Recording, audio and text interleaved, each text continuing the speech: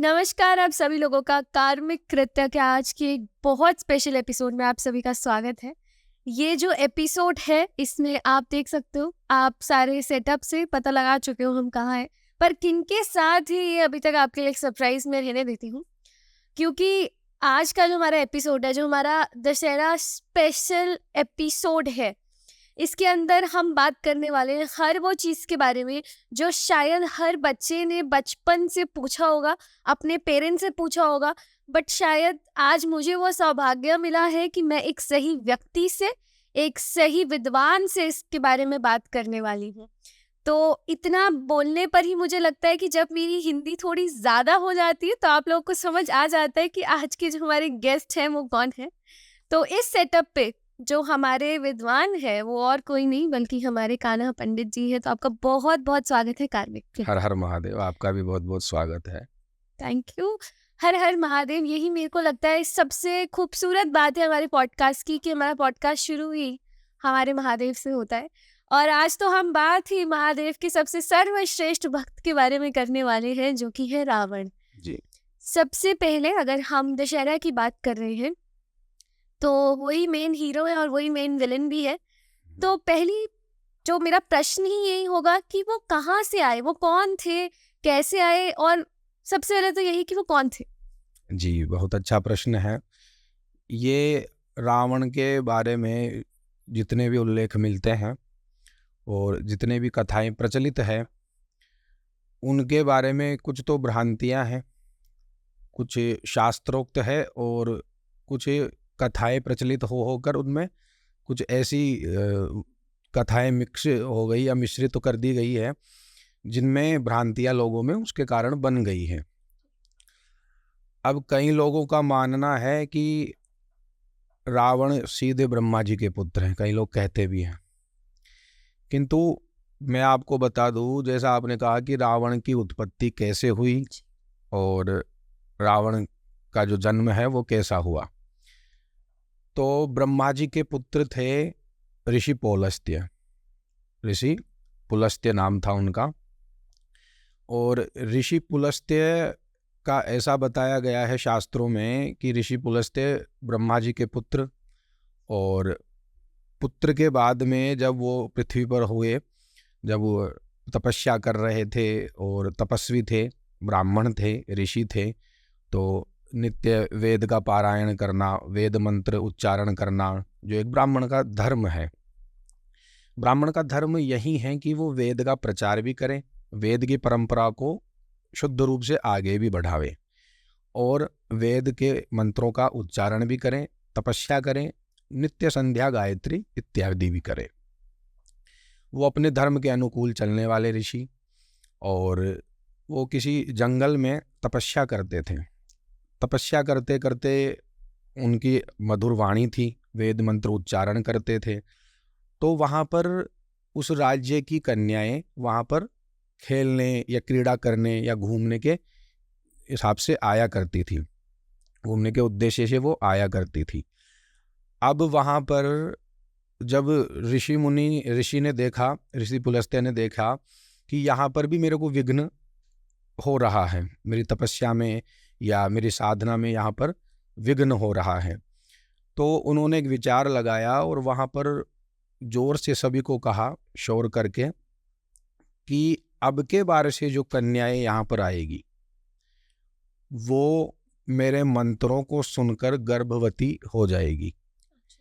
इस स्थान को मैं ऐसा शाप भी कह सकते हैं या ऐसा वरदान भी कह सकते हैं कि यहाँ पर जो कन्याएं आएगी खेलने के लिए या कैसे भी, किंतु मेरी तपस्या में बाधा पड़ती है, इसलिए मैं ये श्राप या ऐसा कुछ कहता हूँ।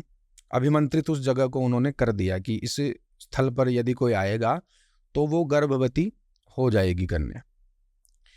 उनमें एक तृणबिंदु नामक राजा की एक कन्या थी। सभी कन्याओं ने वो उद्घोष सुना ऋषि का, उसके बाद में वो आई नहीं, किंतु एक कन्या वहां पर उपस्थित नहीं थी। वो कन्या सुनी नहीं, तो उसको इस वृत्तांत का या इस दृश्य का पता भी नहीं था कि क्या हुआ है, क्या ऋषि ने कहा है। अब वो कन्या दूसरे दिन आ गई, क्योंकि उसको पता नहीं था कि यहाँ पर क्या शाप लगा है, क्या अभिमंत्रित जगह है ये। तो उस कन्या ने देखा कि यहाँ पर आज अन्य कन्याएं नहीं आई है, क्या बात है। तो उसके कानों में ऋषि की वेद मंत्रों की आवाज सुनाई दी। ऋषि जब वेद मंत्र उच्चारण कर रहे थे, ऋषि पुलस्त्य, तब कन्या ने सोचा कि ये तो बड़े सुंदर मंत्र हैं और अच्छा लग रहा है। तो कन्या ने विचार किया कि हम चल के देखते हैं क्या है, और सुनने की अभिलाषा से वहां पर चली गई और ऋषि के दर्शन करने की अभिलाषा से वहां पर जाती है। अब वहां पर जाकर देखती है कि एक तेजस्वी ऋषि, तपस्वी ऋषि वहां पर वेद मंत्रों का उच्चारण कर रहे हैं।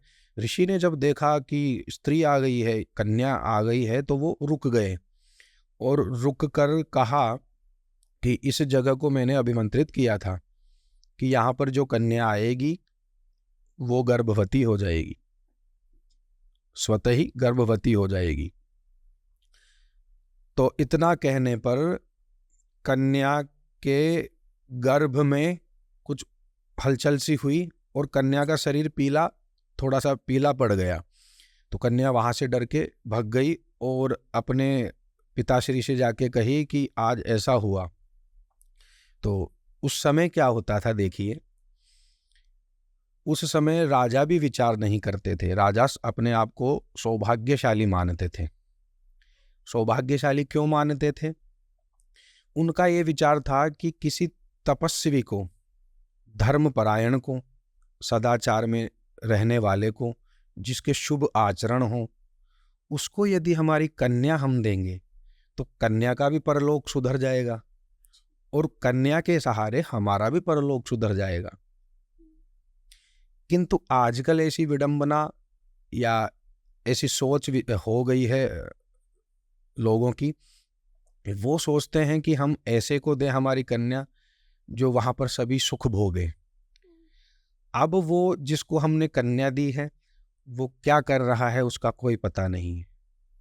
दारू मांस का सेवन कर रहा है, व्यभिचारी है, या शास्त्रों का उल्लंघन करता है, ब्राह्मणों में, अपने धर्म में उसकी रुचि नहीं है। जब ऐसे पुरुष को आप जब कन्या देते हैं तो कन्या और पुरुष, और जो कन्या देने वाला है उसका भी परलोक बाधित हो जाता है। इसलिए राजा तो अपने आप को सौभाग्यशाली मानते थे। तो उस राजा को जब पता चला तो वो अपनी कन्या को लेकर ऋषि के पास गए और ऋषि से निवेदन किया कि अब ये आपकी ही सेवा में तत्पर रहेगी और मैं सौभाग्यशाली हूँ। तो ऋषि को कन्या सुपुर्द करके विधि विधान से वहाँ विवाह इत्यादि करके राजा चले गए। कन्या की सेवा से ऋषि पुलस्त्य प्रसन्न हुए। तो वो कहते हैं कि मैं आपकी सेवा से बहुत ही प्रसन्न हूँ, आप कोई वर मांगिए या पुत्र की याचना कीजिए। तो उन्होंने कहा जैसी आपकी इच्छा हो, आपके समान ही तपस्वी हो, कौन नहीं चाहता है कि मेरे समान ही तपस्वी धर्म का आचरण करने वाला भी पुत्र मुझे चाहिए या संतान मुझे प्राप्त हो, ऐसा ही सभी का विचार रहता है। तो ऋषि पुलस्त्य ने आशीर्वाद दिया कि मेरे वेद, मेरे मंत्रों से अभिमंत्रित होकर ये गर्भ धारण किया है, इसलिए तुम्हारे मेरे ही समान पुत्र होगा, जिसका नाम पौलस्त्य या ऐसा उन्होंने बताया। किंतु उन्होंने बाद में अपने वचनों को वापस लेकर बोला कि जो वेद मेरे मंत्रों को सुनकर गर्भवती हुई हो, इसलिए तुम्हारे विश्रवा नाम का पुत्र होगा। तो विश्रवा ऋषि पुलस्त्य से उत्पन्न हुए। विश्रवा भी वेद पारायण करते थे, वेदों का प्रचार करते थे, मंत्र इत्यादि उच्चारण भी करते थे, धार्मिक अनुष्ठान करते थे, परोपकार करते थे। ये थोड़ा लंबा हो जाएगा किंतु धीरे धीरे बताता हूँ ताकि सभी के समझ में भी आ जाए, क्योंकि अब रावण की बात चली है तो वंश कहाँ से उत्पत्ति है तो मैं बता दूं। तो विश्रवा भी तपस्वी थे, नित्य संध्या उपासना करते थे, भगवान सूर्य के उपासक भी थे और भगवान विष्णु के उपासक भी थे। तो विश्रवा की तपस्या देखकर उस समय वहाँ पर ऋषि भरद्वाज आए और भरद्वाज ऋषि ने देखा कि ये तो बड़ा सुंदर तपस्वी बालक है, बड़े अच्छे ऋषि हैं, इन्हीं को मैं अपनी कन्या दूंगा। तो ऋषि ने अपनी कन्या विश्रवा को सुपुर्द कर दी। विश्रवा से जिस पुत्र की उत्पत्ति हुई उसका नाम वैश्रवण रखा गया। ऋषि विश्रवा ने कहा कि ये मेरे से उत्पन्न है और ये भी बहुत ही धर्मात्मा होगा। तो जब विश्रवा के पिता जो ऋषि पुलस्त्य थे उनको पता चला कि मेरे घर में मेरा पोता हुआ है, तो वो देखने आए और उन्होंने वहीं पर नामकरण भी किया कि ये तेरे ही समान धर्मात्मा होगा, इसलिए इसका नाम वैश्रवण भी होगा और ये धनाध्यक्ष कहलाएगा। धनाध्यक्ष मतलब धन का अधिपति कहलाएगा, अध्यक्ष कहलाएगा। और आगे चलकर उनका नाम कुबेर भी हुआ। जो विश्रवा ऋषि के पुत्र हैं वो कुबेर हैं, जिन्हें सर्वप्रथम उनका नाम वैश्रवण रखा गया था। अब आगे चलते हैं।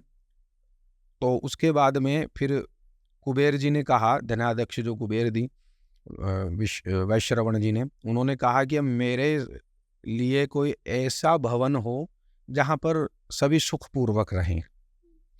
तो उस समय ब्रह्मा जी की उन्होंने तपस्या की थी, तो ब्रह्मा जी ने आशीर्वाद दिया कि त्रिकूट नामक पर्वत पर एक बड़ी सुंदर नगरी है जो राक्षसों के लिए विश्वकर्मा जी ने उसका निर्माण किया था। अब वहां पर जो राक्षस थे वो रसातल में विष्णु भगवान के भय से जाके छुपे हुए हैं, नीचे चले गए हैं रसातल में। तो उन्होंने कहा कि अभी वो खाली ही पड़ी है, आप वहीं पर आराम कीजिए, वहीं पर रहिए और वहां पर ही अपनी नगरी बसाइए। तो कुबेर जी वहां पर रहने लगे। ये तो रहा लंका का वर्णन। लंका का भी प्रसंग आ गया इसमें। लंका का वर्णन कि लंका सबसे पहले किसको, कुबेर जी से पहले राक्षसों के पास लंका थी।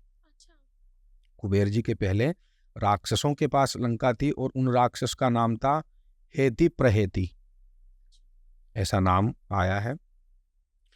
तो वहां पर उन राक्षसों को शाप या विष्णु भय से वो रसातल में चले गए थे, तो वहां पर कुबेर जी आराम से रहने लगे। उसके पश्चात क्या होता है, विश्रवा जी कहीं पर भ्रमण कर रहे थे, तो वहां पर राक्षसों की कन्या वहां पर आती है। राक्षसों ने कहा था कि अपने क्षेत्र में और अपने राज्य को आजकल कुबेर जी संभाल रहे हैं, जो ऋषि विश्रवा के पुत्र हैं। उन राक्षसों ने यह भी देखा था कि ये पुष्पक विमान लेके घूमते रहते हैं, बड़े आनंद से रहते हैं, तो ऐसा पुष्पक विमान तो हमारे पास होना चाहिए, इसके अधिकारी तो हम राक्षस हैं और विष्णु भगवान के भय से हम रसातल में। तो उनमें से एक राक्षस बाहर घूमा करता था छुप छुप के, तो उसने देखा, तो वो बताता है राक्षसों को जाकर कि ऐसा ऐसा हो रहा है और कुबेर राज्य कर रहे हैं अपने लंकापुरी पर। तो वहां पर जो केकसी नामक पुत्री थी उन राक्षसों की, उसको कहते हैं कि जाओ और तुम विवाह के योग्य हो गई हो, और जो ऋषि विश्रवा है उनके पास जाओ और विवाह की याचना करो। तो ऋषि विश्रवा के पास केकसी जाती है और विवाह की याचना करती है कि हे ऋषि, मैं आपसे विवाह करना चाहती हूँ। तो ऋषि ने ध्यान लगाया, पहले बड़ा सतर्क रहते थे ऋषि मुनि भी, ध्यान लगाकर कहा कि मैं तेरा उद्देश्य जान चुका हूँ और तुम मुझसे पुत्रों की उत्पत्ति चाहती हूँ, किंतु तुम इस अशुभ वेला में आई हो, तो तुम्हारे पुत्र जो होंगे वो राक्षस वृत्ति के होंगे, रहेंगे ब्राह्मण, जाति से तो ब्राह्मण कहलाएंगे, लेकिन उनकी जो वृत्ति, उनका जो स्वभाव होगा वो राक्षसों जैसा होगा, क्योंकि अशुभ वेला में आई हो। अशुभ वेला कौन सी? सायंकाल, संध्या काल जो होता है उसको, उस समय की जो वेला होती है गर्भाधान के लिए वो वेला अशुभ मानी जाती है। अच्छा। हाँ, यदि कोई सायंकाल में गर्भाधान करता है या स्त्री प्रसंग जो होता है, स्त्री पुरुष, तो उस समय यदि पुत्र कामना से या संतान की कामना से यदि ऐसा किया सहवास किया जाता है, तो उस बेला में यदि ऐसा करते हैं तो राक्षस वृत्ति के पुत्र या पुत्री होती है। ऐसा शास्त्रों में बताया भी गया है। कश्यप अदिति का संवाद भी ऐसा आता है। कश्यप दिति अदिति, इनका भी संवाद ऐसा आता है जो भागवत पुराण में भी है। तो उन्होंने कहा, अब वो कहती है कि किसी की मेरा मन बदल चुका है, मैं चाहती हूं कि मेरे आप जैसा ही धर्मात्मा हो। एक ऋषि के सामने एक राक्षसी कन्या आकर जब खड़ी हो जाती है, तो ऋषि के जो गुण है, ऋषि के जो आचरण है, ऋषि की जो ऊर्जा है, जो शुभ ऊर्जा है, अच्छी ऊर्जा है, उसका प्रभाव एक राक्षसी वृत्ति वाले पर भी पड़ता है। तो कुछ समय के लिए वो धर्मात्मा हो गई, वो भी धर्मपरायण हो गई और धर्म की ही बातें करने लगी। तो उसका मन ऐसा चला, लेकिन उन्होंने कहा कि जो बेला चल रही है वो है ही ऐसी, किंतु जो तुम्हारे अंतिम पुत्र होगा वो मेरे ही समान धर्मात्मा होगा। उन्होंने ऐसा भी वरदान केकसी को दिया। समय व्यतीत हुआ, कालांतर में पुत्र हुए। एक तो हुए दशग्रीव, कुंभकर्ण, शूर्पणखा और विभीषण जी, ये संतानें हुई। तो अंतिम जो हुए थे विभीषण जी, वो धर्मात्मा हुए। वरदान ऋषि का था तो वो तो होना ही था फलीभूत। और प्रथम हुए रावण, कुंभकर्ण, फिर शूर्पणखा। अच्छा, शूर्पणखा को क्यों कहा जाता है शूर्पणखा? इसका रहस्य यह है कि शूर्पणखा, उनके जो नाखून थे, शूर्पणखा के जो नाखून थे, नख थे, वो सूर्प की तरह होते थे। प्राचीन समय पर जब स्त्रियां अनाज को साफ करती थी ना, जिसको ग्रामीण लोक भाषा में छाजला ऐसा कुछ भी कहा जाता है, ऐसे करके, तो उसके समान उसके नख थे। अच्छा। हाँ, इसलिए उसका नाम शूर्पणखा रखा गया। विभीषण जी धर्मात्मा हुए। रावण और कुंभकर्ण ऐसा हुआ कि वो शीघ्रता से ही बढ़ने लगे और अत्याचारी हो गए, ऋषि महर्षियों को खाने लगे, यज्ञों में विघ्न डालने लगे, और रावण भी अपने हिसाब से रहने लगा। कुछ समय बाद में रावण को राक्षस कहते हैं, जो रसातल में थे, वो कहते हैं कि अपना जो वैभव है, जो वर्चस्व है, वो आपके भाई के समान ही होना चाहिए। रावण ने सोचा मेरे भाई के पास कैसा वर्चस्व है। तो रावण जाते हैं और देखते हैं तो कुबेर जी आनंद से रह रहे हैं वहां पर, धन धान्य संपत्ति युक्त और सुखपूर्वक वहां पर रह रहे हैं, ऐश्वर्यों को भोग रहे हैं। तो रावण को कहा केकसी ने फिर कि तेरा जो भाई है, तेरा जो बड़ा भाई है कुबेर, धनाध्यक्ष है, वो सुखपूर्वक रह रहा है और उसके जैसा ही वर्चस्व तेरा भी होना चाहिए, कुछ ऐसा कर। तो रावण पूछते हैं कि मैं क्या करूं? तो दो दशग्रीव है, दशानन, उनसे माता केकसी ने कहा कि तुम भी तपस्या करो, सारे भाई मिलके तपस्या करो और ब्रह्मा जी को प्रसन्न करो, प्रसन्न करके वरदान प्राप्त करो। ब्रह्मा जी से वरदान प्राप्त किया, तपस्या की, बड़ी कठिन घोर तपस्या की। तो विभीषण जी ने, आप सभी को पता है विभीषण जी ने क्या मांगा, भगवान की भक्ति चाहिए और अचल राज्य भी चाहिए ताकि मैं सुखपूर्वक राज्य भी चला सकूं। कुंभकर्ण की जिह्वा पर सरस्वती जी बैठ गई। यदि वो जागता ही रहता, यदि वो कुछ दिन और रहता, तो जहां पर रहता वहां अकाल पड़ते रहता और सभी उसके अत्याचारों से दुखी भी हो गए थे। तो ब्रह्मा जी ने प्रार्थना की कि सरस्वती देवी, आप जिह्वा पर विराजमान हो और इनसे ऐसा कहलवा दो कि मुझे 6 महीने नींद आए और 6 महीने में कुछ दिन जगता रहूं। ऐसा प्रबंध सरस्वती जी ने कर दिया। तो कुंभकर्ण इस प्रकार से वरदान को प्राप्त हुआ और रावण ने मांगा कि मैं अजय अमर रहूं, मुझे कोई नर पशु या ऐसा कुछ मार ना सके, ऐसे कुछ वरदान मांगे, मैं अजय रहूं। और ऐसा वरदान उन्होंने रावण ने मांग लिया। उसके बाद में क्या होता है कि केकसी ने कहा कि अब तुम वरदान से युक्त हो, अब तुम कुछ भी कर सकते हो, इसलिए विजय पर निकलो और सबसे पहले अपने भाई के पास जाओ, जो लंकापुरी में राज्य कर रहा है, उस लंका पर अधिकार तुम्हारा है। रावण वहां से चल दिए, जाकर कुबेर जी से युद्ध किया। बहुत दिनों तक युद्ध भी चला, अच्छा खासा युद्ध भी हुआ, भीषण हुआ युद्ध। तो फिर कुबेर जी को पता चला, ब्रह्मा जी ने कहा कि इसको मारना असंभव है इस समय, ये वरदान से बली हो चुका है, इसलिए आपको यहाँ से जाना ही होगा। कुबेर जी वहाँ से अपना पुष्पक विमान लेके चले जाते हैं और अमरावती जैसा ही, मतलब इंद्र की नगरी जैसा ही कैलाश पर्वत के पास में कुबेर जी ने अपनी नगरी बसाई, अपनी नगरी वहां पर बसाई और वहां पर सुखपूर्वक रहने लगे यक्षों के साथ में।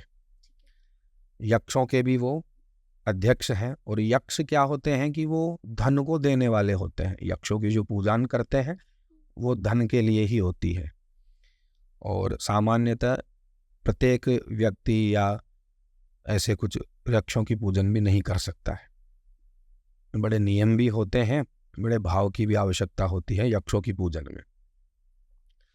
तो वहाँ पर वो चले गए।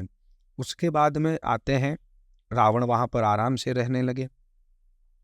अब क्या होता है कि रावण की उत्पत्ति मैंने आपको यहाँ तक बता दी और लंका में प्रवेश भी कैसे हुआ रावण का वो भी मैं आपको बता चुका हूँ। अब 10 जब पैदा हुए थे तो दशग्रीव क्यों नाम पड़ा?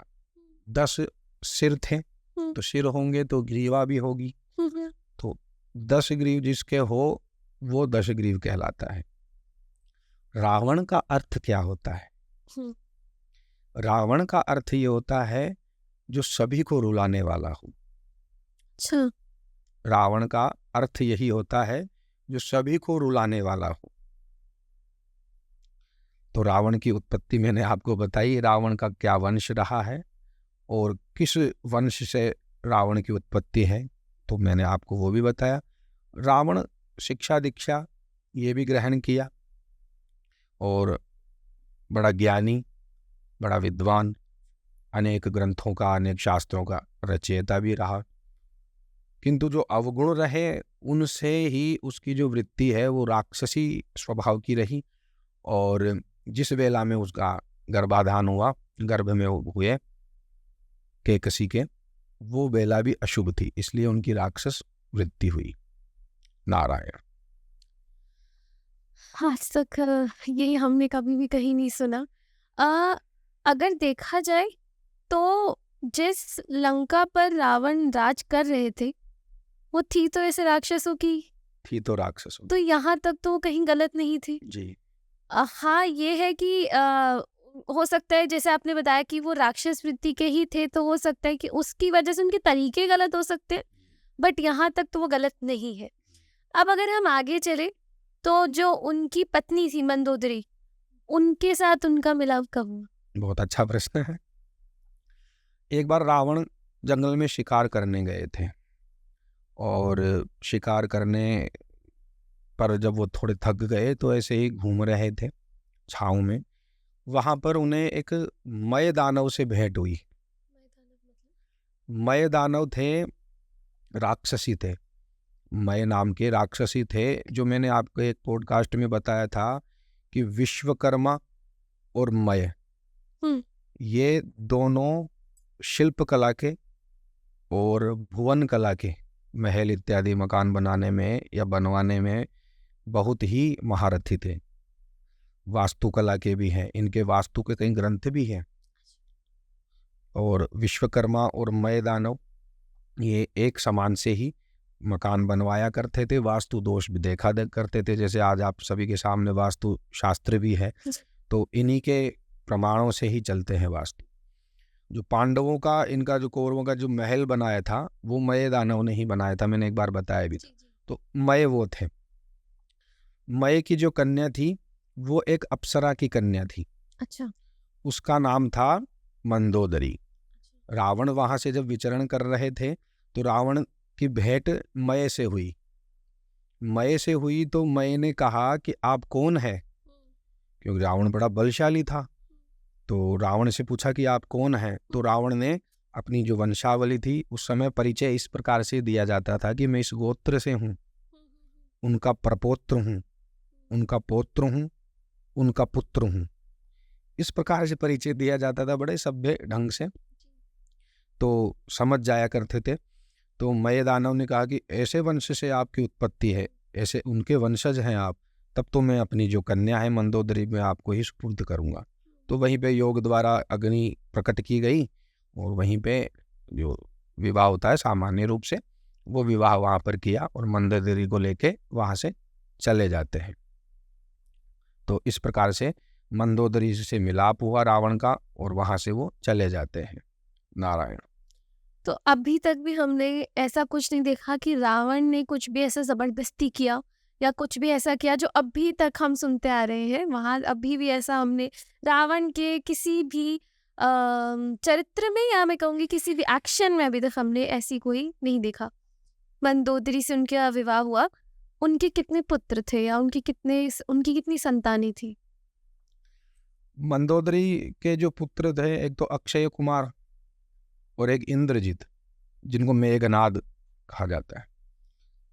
उनका नाम मेघनाद ही था क्योंकि वो जब उत्पन्न हुए थे, उनके पुत्र मेघनाद नाम के, जब वो उत्पन्न हुए थे तो मेघ गरजे थे। उस समय मेघों की गर्जना हुई थी। नाद यानी आवाज या शब्द, बहुत भयंकर ध्वनि। तो उस प्रकार से ऐसे शब्द हुए थे जैसे बादल गड़गड़ गड़ कर रहे हों, ऐसा उत्पन्न हुआ। तो रावण ने फिर नामकरण कर दिया कि इस समय ऐसा हो रहा है तो इसका नाम मेघनाद ही निकालते हैं। एक हुए थे अक्षय कुमार, वो भी अति पराक्रमी महावीर थे।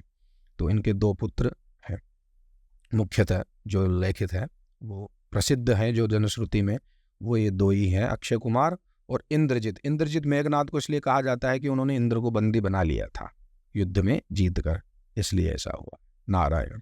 तो अही रावण कौन थे? बहुत लोग बोलते हैं कि वो भी रावण के ही पुत्र थे। वो कौन थे?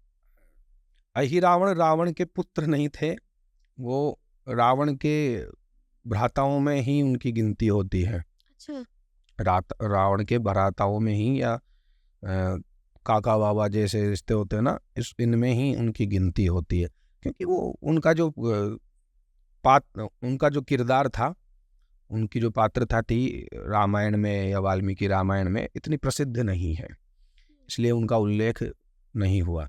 प्रसिद्ध क्या होता है, जैसे आप चलचित्र इत्यादि देखते हैं, जो फिल्में इत्यादि देखते हैं, उनमें जो मुख्य होते हैं विलेन वगैरह, उनको ही दिखाया जाता है। उनके पीछे जो छोटे मोटे होते हैं, जिनका छोटा मोटा वर्णन आता है या छोटे मोटी क्रीड़ाएँ आती है, किरदार आते हैं, अभिनय आता है, उनको ज़्यादा नहीं प्रसिद्ध किया जाता है।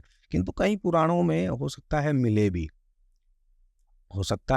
क्योंकि एक पुराण को रचने में वेद व्यास जी को बहुत समय लगता है, और बहुत समय लगता था। तो वो देखो, हम जैसे अभी बात कर रहे हैं, आपके मन में, मस्तिष्क में कई प्रश्न ऐसे थे, या ऐसे हो सकते हैं, जो पूरा जो अपना जो संवाद चल रहा है, इसके पश्चात आपको बाद में याद आए कि मैं ये प्रश्न करना ही भूल गई। जी। उसी प्रकार से कई चीजें जो वो उल्लेखित नहीं करते थे तो किसी और पुराण में वो उल्लेखित कर देते थे। ऐसा होता रहा है, इसलिए पुराणों में भेद देखा जाता है। कहीं पर थोड़ा सा भिन्न होता है वर्णन, कहीं पे थोड़ा सा भिन्न पाया जाता है। तो पुराणों का ऐसा कहा गया है कि गुरुमुख से ही ग्रहण करना चाहिए पुराणों को, क्योंकि पुराणों में इतनी भ्रांतियां है कि बिना इष्ट प्रबल के, बिना ब्राह्मण को गुरु बनाए या ब्राह्मण गुरु हो, उससे मुख से सुनोगे तो आपके जो मस्तिष्क में भ्रांतियां चल रही है वो दूर हो सकती है। अन्यथा स्वयं पढ़ लोगे, कुछ ज्ञान प्राप्त हो जाएगा। किंतु जो कठिन वर्णन वहां पे आते हैं, जो अन्य अन्य पुराणों से लेते हैं, उलझन भरे, उनमें आदमी अटक जाता है। इसलिए वर्णानम ब्राह्मणों गुरु, सभी वर्णों का गुरु ब्राह्मण ही है। तो ब्राह्मणों से ही ऐसे सुने भी, ताकि वो ऑथेंटिक बात भी कहे, तथ्य से बताए भी और समझाए भी, और भ्रांति से हम दूर भी रहें। क्योंकि जब मस्तिष्क में, मन में भ्रांति रहती है तो फिर वो अधूरा ज्ञान कहलाता है। और अनभ्यासेन विषम विद्या, बिना अभ्यास की विद्या जहर के समान होती है, ऐसा शास्त्र कहते हैं। इसलिए अधूरा ज्ञान प्राप्त भी ना करें। नारायण। ये जितना कुछ भी अभी तक आपने बताया हमें रावण के बारे में, ये सब कहाँ है, मतलब इस सब चीज़ों का वर्णन कहाँ है? देखिए, अच्छा प्रश्न है और पूछना भी चाहिए कि किस पुराण में है, कहाँ पे उल्लेखित है।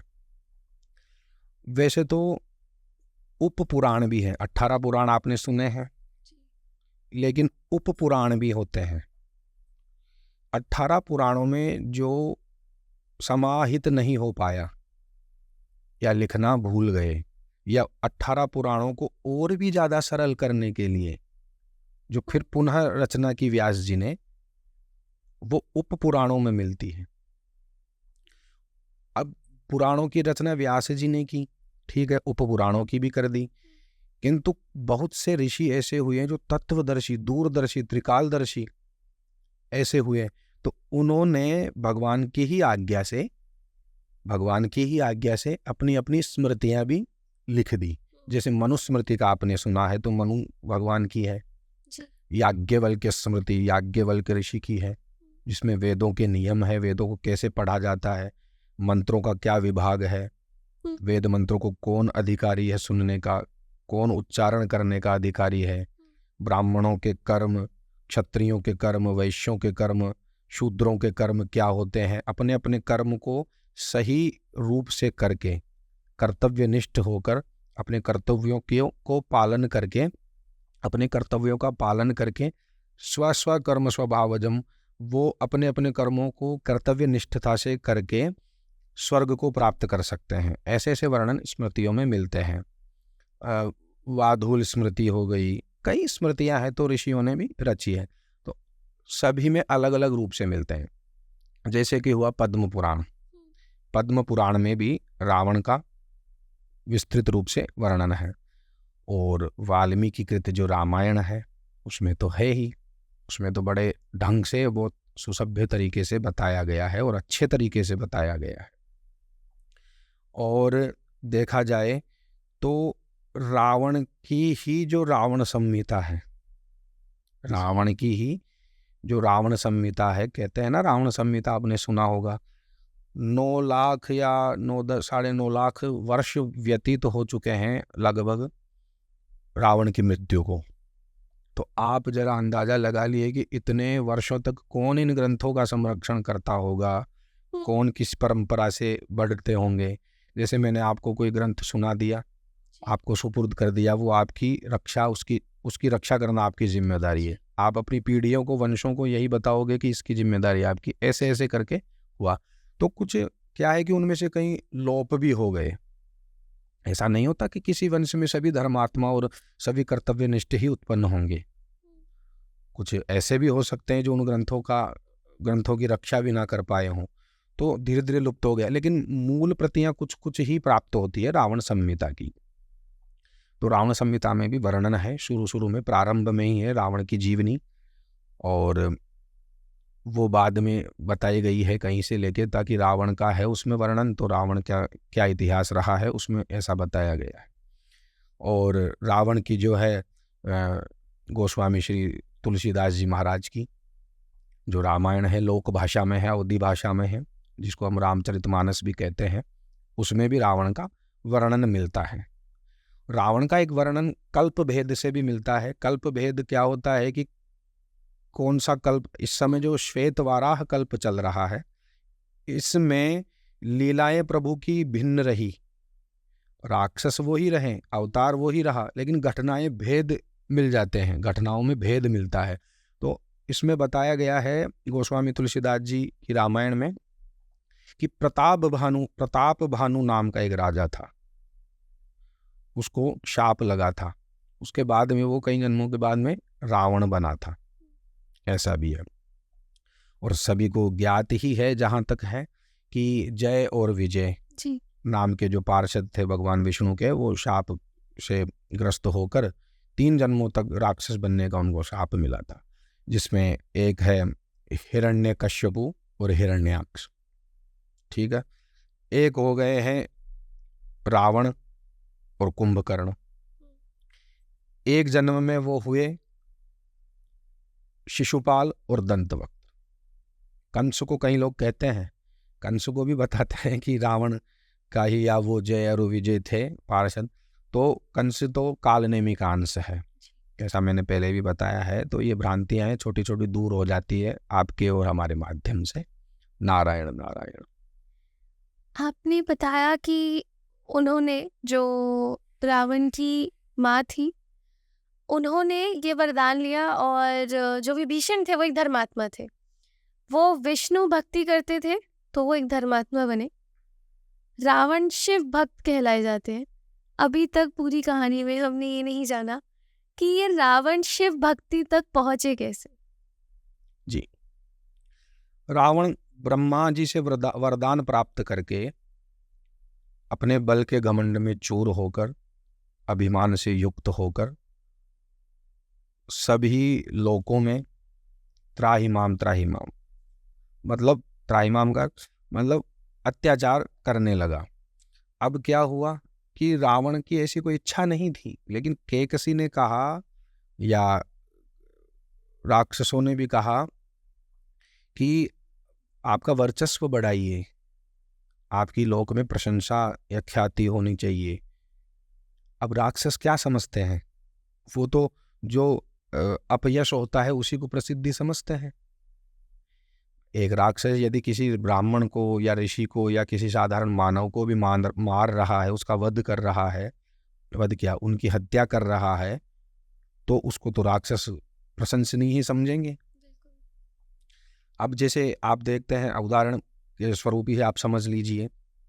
मैं क्या है कि मेरा क्या है कि आप जैसे कोई प्रश्न पूछते हैं तो उसी में मैं कहीं अन्य भी चला जाता हूँ, तो मैं सोचता हूँ समझाने का तरीका मेरा यही है, हो सकता है गलत हो या ना। बहुत अच्छा है। हाँ, उदाहरण आप ले लीजिए, जैसे आजकल हिस्ट्री शीटर सुनते हैं आप नाम। अब हिस्ट्री शीटरों में क्या होता है कि जो अगर ये जेल ना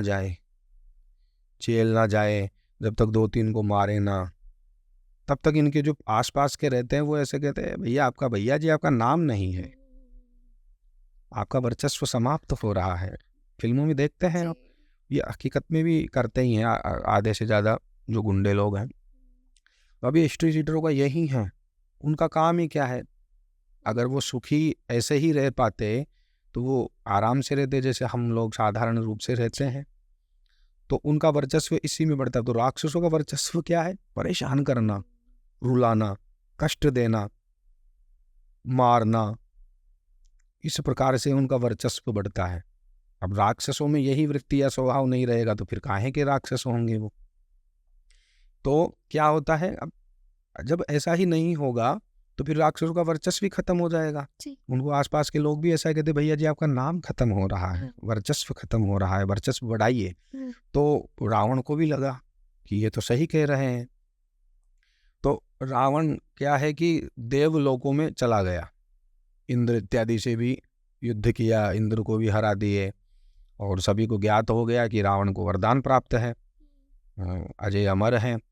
तो वहाँ पर इंद्र को भी परास्त किया। उसके बाद में और भी अभिमान बढ़ गया। तो क्या होता है कि रावण फिर उसके बाद में रावण जाता है यमराज से युद्ध करने। अच्छा। नारद जी की भेंट होती है, नारद जी गुजरते हैं वहाँ से आकाश मार्ग से ही, और कि नारायण नारायण नारायण की, ये साधु बाबा इधर आओ, क्या जा रहे हो, कि बस मुझसे युद्ध करो। तो नारद जी कहते हैं कि मुझसे क्या युद्ध कर रहे हो, युद्ध करना है, इन लोगों को मारने से क्या लाभ प्राप्त होगा, मर के ये तो फिर नरक में या स्वर्ग में जाएंगे, स्वर्ग पे तो तुमने आक्रमण कर दिया है, किंतु ये लोग तो पहले ही परेशान हैं इस पृथ्वी लोक पर।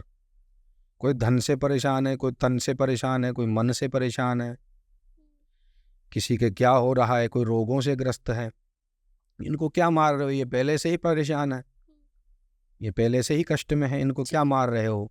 मारना है तो जहाँ ये मरने के बाद में यातना भुगतने या अपने पापों का कर्म भुगतने जाते हैं वहां पहुंचो कि कौन है, कि यमराज। ठीक है, मैं तो यम को ही मारने जा रहा हूँ, यम का ही वध कर दूंगा। वहां जाकर देखता है रावण तो किसी को कुंभिपाक में जलाया जा रहा है, किसी को अशीपत्र नामक नरक में जलाया जा रहा है, किसी को कृमि भोजन नामक दंड दिया जा रहा है, किसी को मुदगरम नामक दंड दिया जा रहा है। उनके पापों के कर्मों के अनुसार यमराज वहां पर दंड दे रहे हैं। तो वो देखता है कि ये तो बड़ा खतरनाक काम है यहाँ पर, तो मैं इसी को मारता हूँ। तो वहां पर रावण ने युद्ध की ललकार कर दी और सभी में आपस में वहां पे युद्ध होने लगा।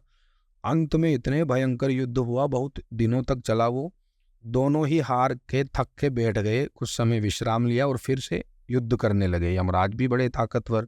अंत में यमराज ने अपना जो काल पाश है वो रावण पर दे मारा कि अब मैं समाप्त ही करता हूँ। इतने में ब्रह्मा जी वहां पर आते हैं, उपस्थित हो जाते हैं कि यमराज जी ठहरिए, इसको मेरा वरदान प्राप्त है, यदि आप ऐसा करते हैं, हालांकि मेरा वरदान है ये मरेगा नहीं, किंतु यदि आप ऐसा करते हैं और मृत्यु को पाप प्राप्त भी होता है संयोगवश कालवश, तो मेरा जो वचन है, मेरा जो वरदान है वो मिथ्या हो जाएगा।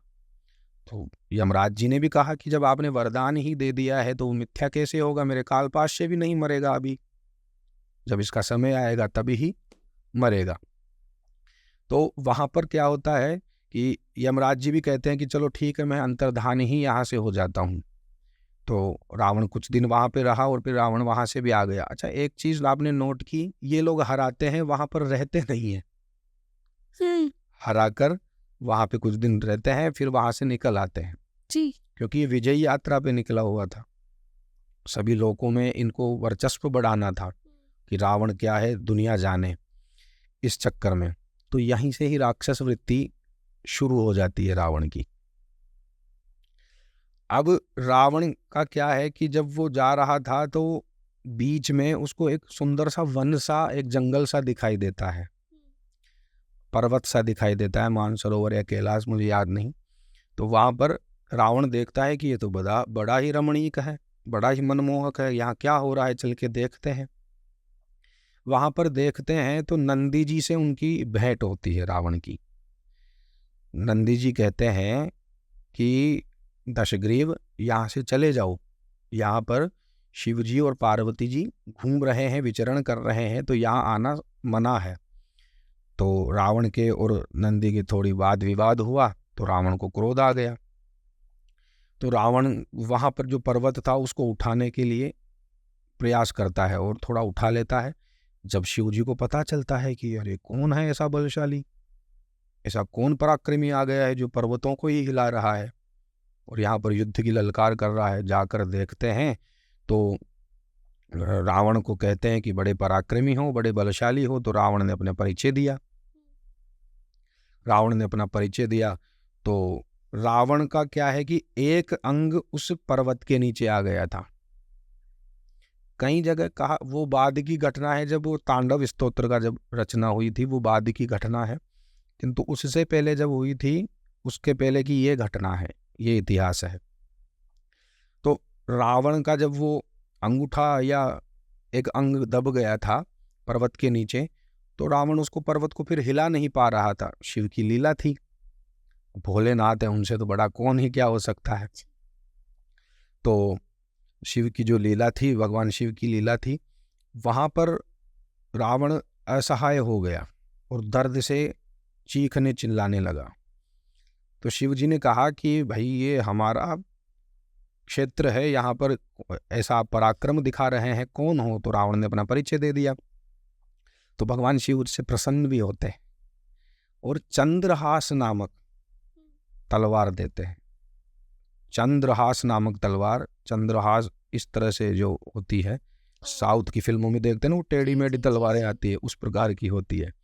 तो चंद्रहास नामक खड्ग भगवान शिव ने रावण को प्रदान की और कहा कि इसका यदि दुरुपयोग करोगे तो ये स्वतः ही मेरे पास लौट के आ जाएगी, इसलिए इसका ऐसे समय समय पर ही उपयोग करना, दुरुपयोग मत करना।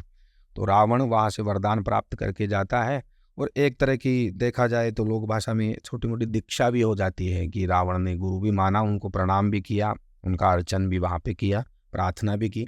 उस समय रावण ने, मैं एक गूढ़ रहस्य बता दूं, गुप्त रहस्य बता दूं, उस समय रावण ने तांडव स्तोत्र का नहीं, उस समय प्रथम बार जब भेंट हुई थी उस समय रावण ने साम वेद का गान किया था वहां पर।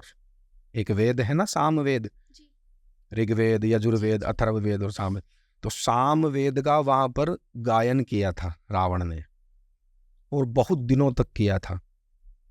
तो भगवान शिव उस साम वेद के गायन से, शिव स्तुति से प्रसन्न हो गए थे, तब जाके वो चंद्रहास नामक खड्ग दी थी।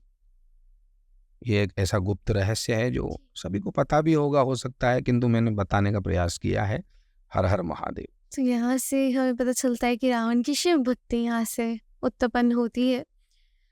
अब अभी तक भी रावण की अगर हम बात करें तो ऐसा कुछ भी रावण ने नहीं किया जो हम कहें कि जितना बुरे तरीके से बात की जाती है। अब आ जाते हैं वहीं पर, इसके बाद इतना अहंकार, इतना सब जो कहा जाता है कि स्त्रियों के साथ दुष्परिणाम, सब कुछ जो भी बुरा बोला जाता है, ये सब शुरू हुआ कहाँ से आखिर? बहुत अच्छा प्रश्न है। देखिए, अब राक्षसी जो वृत्ति होती है, अब सबसे पहले मैं आपको बता दूं कि कई लोग कहते हैं कि रावण तो ब्राह्मण था, ज्ञानी था, विद्वान था, शास्त्रों का रचयिता भी था, अनेक ग्रंथ लिखे भी। तो मैं आपको बता दूं कि ब्राह्मण विद्वान हो सकता है, किंतु एक विद्वान रावण भी निकल सकता है। ब्राह्मण क्या है? ब्राह्मण में सद्गुण होने चाहिए, आचरण भी शुभ होना चाहिए। वेद का यदि पाठ करता है तो उसके आचरण भी शुभ होने चाहिए। ज्ञान से ही पूर्ण रूप से आप किसी को अच्छा नहीं बता सकते हो सकता है मैं आज ज्ञानी हूं, परिस्थितिवश, कालवश कुछ भी आगे जाके हो सकता है मेरी बुद्धि मलिन हो जाए। भगवान करे गुरुजनों का आशीर्वाद रहे, कभी ऐसा ना हो, और जितना प्रयास भी रहता है मैं अपने आप को संभाल के भी चलता हूँ, और जो ब्राह्मण के कुछ धर्म हैं और जितना प्रयास हो सकता है उन नियमों का मैं पालन भी करता हूँ। अपने मुख से बता रहा हूँ, वो इसलिए बता रहा हूँ कि सभी ब्राह्मणों से भी ये करबद्ध निवेदन है मेरा कि उन्हें भी ऐसा ही करना चाहिए, और करते भी हैं। बहुत ब्राह्मण है और बहुत संत है, साधु है, उन्हीं के कारण, उन्हीं के कल्याणार्थ की भावना से आज हम सुरक्षित हैं, उन्हीं की तपस्याओं से आज हम सुरक्षित हैं। ऐसे ऐसे महापुरुष हैं जो गुप्त रूप से रहते हैं। तो ब्राह्मण के जो गुण होते हैं, सदाचार, नियमों में रहना, ब्राह्मण का क्या नाम है? नियमों में जो रहेगा वही तो ब्राह्मण है। जो नियमों में रहेगा वही तो ब्राह्मण है। शुद्धि अशुद्धि का, आहार व्यवहार का, इनका ध्यान रखेगा वही तो ब्राह्मण है।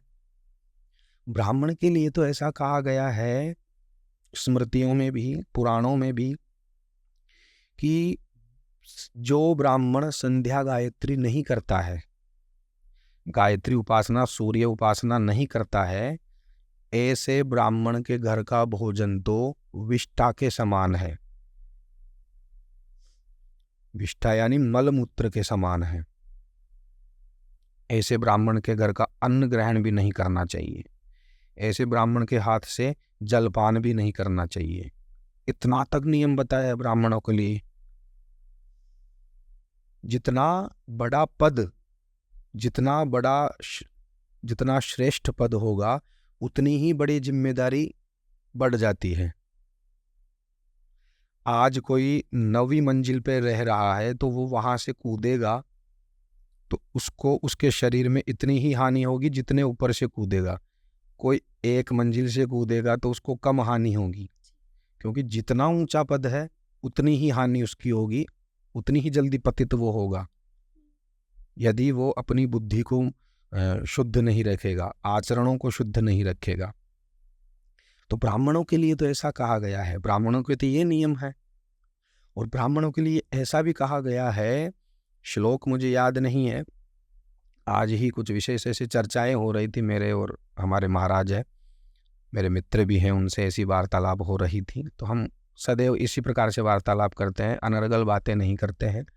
तो वो कह रहे थे कि महाराज ब्राह्मणों के लिए तो ऐसा बताया गया है कि बिना स्नान किए हुए ब्राह्मण का दर्शन भी पाप को देता है। बिना स्नान किए हुए ब्राह्मण को ब्रह्म हत्या का दोष लगता है, गो हत्या का दोष लगता है, ऐसा वो बता रहे थे। मैंने भी कहा कि हाँ, कई पुराणों में, कई स्मृतियों में उल्लेखित है, ब्राह्मणों के तो आचरण ही ऐसे शुभ होने चाहिए, शुद्ध होने चाहिए। तो आप ये देखिए, जब रावण की आसुरी वृत्ति और बढ़ती गई, धन संपत्ति वर्चस्व जिस प्रकार से रावण की बढ़ती गई, उसकी आसुरी वृत्ति भी बढ़ती गई। अब रावण की जो वृत्ति बढ़ी तो उससे क्या है कि सभी लोगों में त्राहिमाम मच गया, हाहाकार मच गया, सभी त्राहिमाम करने लगे।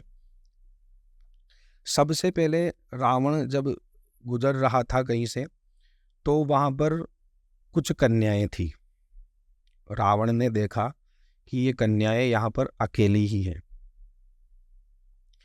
तो रावण जाकर उन कन्याओं के पास जाता है और अपने विमान से उतरकर, जो कुबेर जी से छीना हुआ था पुष्पक विमान, वहाँ से उतर कर जाता है और कहता है कि मेरा ऐसा वर्चस्व है, मैं वो रावण हूँ, मैं दशग्रीव हूँ, दशानन हूँ, ऐसी ऐसी मेरी कीर्ति है, ऐसी मेरी ख्याति है, तुम लोग हमारे साथ चलो। तो जब वो कन्याएं कहते कि हम नहीं जा सकते हैं आपके साथ में, हम तपस्विनियां हैं, तो रावण उनसे बलपूर्वक आचरण करने लगा और उनको डराने धमकाने लगा।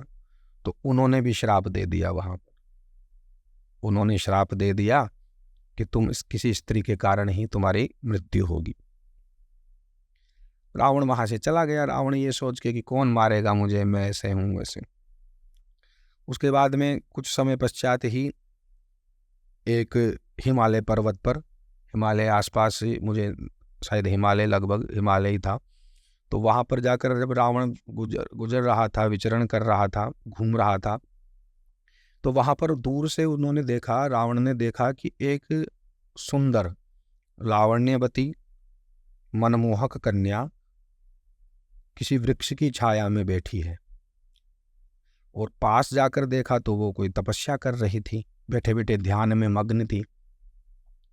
तो रावण ने उसकी ध्यान को भटकाया, रावण ने उसके ध्यान को भटकाया, और जब ध्यान भटका तो उस कन्या का नाम था वेदवती। अब तो ये सभी जगह हो चुका है नाम, ये गुप्त जो रहस्य है, लेकिन इसमें गुप्त रहस्य यह है कि वेदवती कुशध्वज की पुत्री थी। और इसमें क्या होता है कि रावण को श्राप क्यों मिला वेदवती से भी? वेदवती तपस्या कर रही थी, तो रावण ने कहा कि मैं तुम्हारे से विवाह करना चाहता हूं।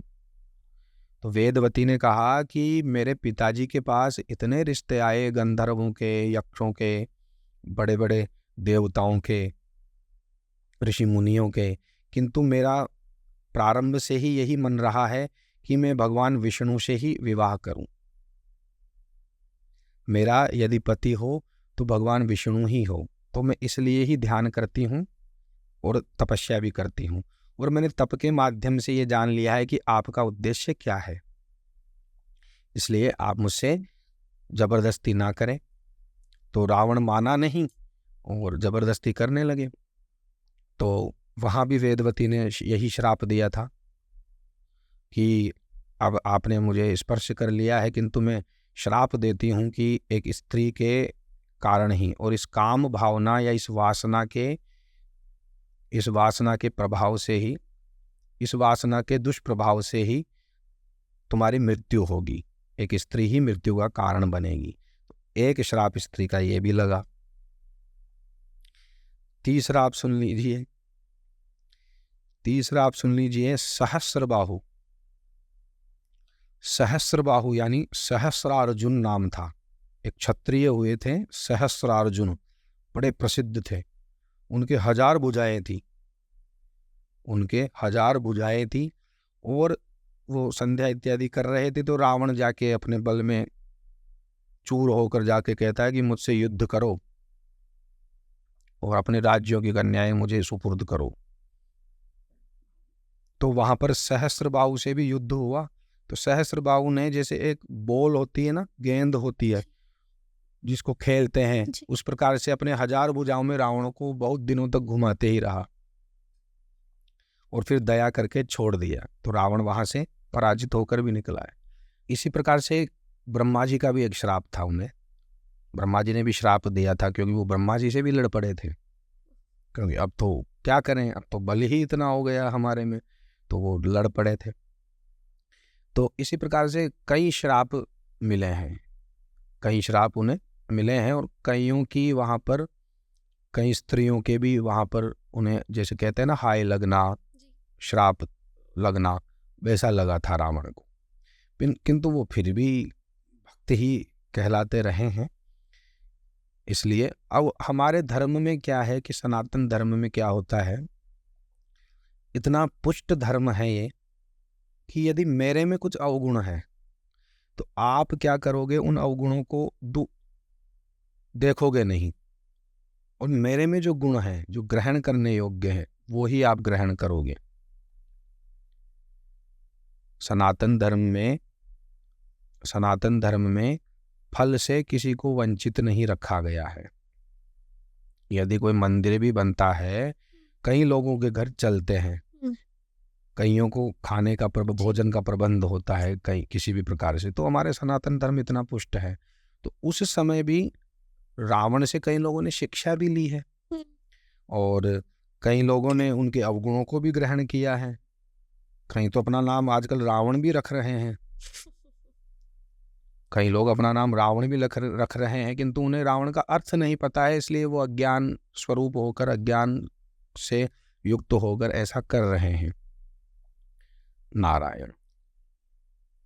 मेरा अभी तक की सारी कन्वर्सेशन में एक सबसे बड़ा सवाल आपसे यही, आपने बार बार इस चीज़ का वर्णन किया है, ब्रह्मा जी का वरदान, ब्रह्मा जी का वरदान, वो वरदान क्या था?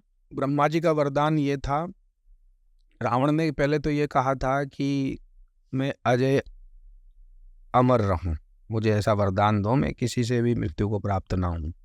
किंतु विधाता ने ये कहा, विधाता यानी ब्रह्मा जी ने ये कहा कि ऐसा तो असंभव है, क्योंकि मेरी भी मृत्यु होती है, मेरी भी मृत्यु होती है, मेरे भी कई युगों बाद, महायुगों बाद में मृत्यु होती है और मुझे भी बदला जाता है।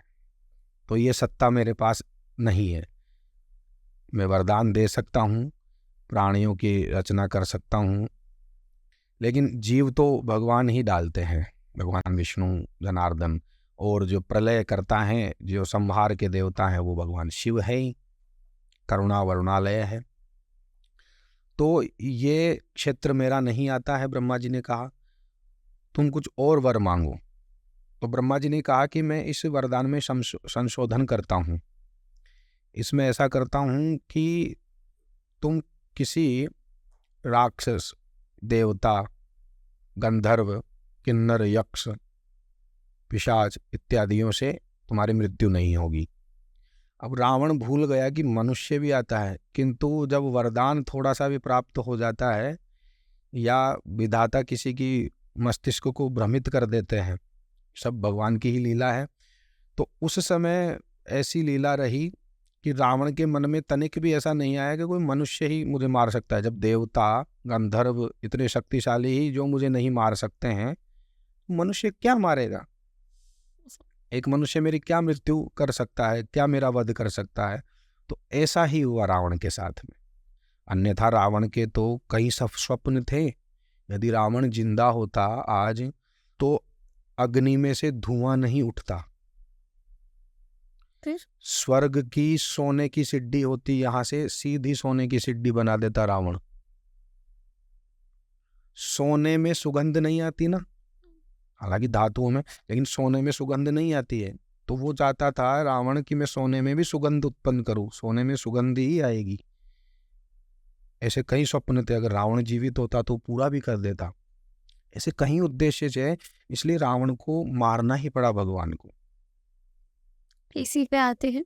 अभी तक जो भी हमने सुना कहानी, जो भी हमने अभी तक ये सारी शिक्षा ग्रहण करी, इन सब चीज़ों में ये बहुत अच्छे से समझ आया कि हमने एक ऐसा व्याख्या भी सुना जिसमें रावण और शिव जी साथ में थे। लेकिन अगर हम राम जी की बात करें तो वो शिव जी को अपना आराध्य मानते थे। तो रावण और राम जी, इन दोनों की उम्र में तो बहुत अंतर होना चाहिए, तो क्या ये बात सच है? जी, वाल्मीकि रामायण के अनुसार, वाल्मीकि यानी वाल्मीकि ऋषि ने रचना की थी उस रामायण की, और उससे पहले भी कई रचनाएं रामायण की हुई है। वाल्मीकि रामायण के पहले भी कई रामायणें लिखी गई है, वाल्मीकि जी द्वारा भी लिखी गई है, अन्य ऋषियों के द्वारा भी लिखी गई है।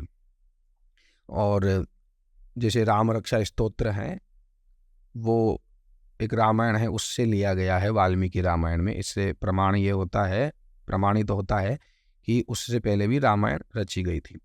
तो वाल्मीकि जो रामायण में उल्लेख है, उसमें रावण की जो आयु थी वो राम जी से कई सहस्र वर्ष ज़्यादा थी, राम जी से कई सहस्र वर्ष ज़्यादा थी। तो ये उल्लेख है, राम जी से बहुत ही बड़े थे, राम जी से रावण बहुत ही बड़ा था, आयु में भी बहुत बड़ा था। और जिस समय वनवासी हुए राम जी, वनवास काट रहे थे, उस समय वर्चस्व में भी ज़्यादा थे, ऐश्वर्य संपत्ति में ज़्यादा थे। किंतु यश किसको मिला? राम जी को। और अपयश किसको मिला? रावण को। तो कर्मों का भेद है।